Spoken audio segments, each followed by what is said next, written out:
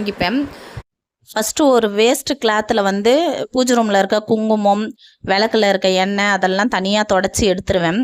அதுக்கப்புறம் வந்து ஸ்ப்ரே பாட்டிலில் வந்து நானே ரெடி பண்ண ஒரு ஸ்ப்ரே வந்து ரெடி பண்ணி வச்சுருக்கேன். அது என்னென்னா, நல்ல பச்சை தண்ணி வந்து சுத்தமான பச்சை தண்ணி பிடிச்சி வச்சுக்கிட்டு, அதில் வந்து ஒரு மூடி பன்னீர், நல்லா ஒரு சிட்டிகை வந்து ஜவ்வாது, ஒரு பெரிய துண்டு பச்சை கற்பூரம், கொஞ்சமாக சால்ட்டு இது வரைக்கும் சேர்த்து நல்லா ஷேக் பண்ணிவிட்டு ஸ்ப்ரே பாட்டிலில் ஊற்றி வச்சுருவேன். அந்த தண்ணி வந்து உங்களுக்கு 6 மந்த் 1 இயர் கூட ஒன்றுமே ஆகாது. நல்ல ஸ்மெல்லோடு இருக்கும். நம்ம பூஜை ரூமில் ஸ்ப்ரே பண்ணி துடைக்கும் போது படங்களும் ஒன்றும் ஆகாது. அவ்வளோ க்ளீனாக இருக்கும். நல்ல ஸ்மெல்லாக இருக்கும். நல்ல 1 வீக்குக்கு இருக்கும் அந்த பூஜை ரூமில். அந்த ஸ்மெல் அப்படியே இருந்துகிட்டே இருக்கும். அவ்வளோ நல்லாயிருக்கும்.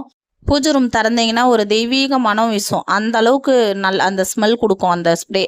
நீங்கள் அந்த மாதிரி ரெடி பண்ணி வச்சுக்கிட்டிங்கன்னா சூப்பராக இருக்கும். அவ்வளோதான். அதெல்லாம் தொடச்சி எடுத்துட்டு அதுக்கப்புறம் நல்ல ஒரு காஞ்ச துணியில் மறுபடியும் எல்லாத்தையும் பூஜை ரூம்லாம் சும்மா ஒரு தடவை தொடச்சி விட்டுருவேன். இப்படி தான் நான் பூஜை ரூம்லாம் க்ளீன் பண்ணுவேன். சாமி சிலைகள்லாம் வந்து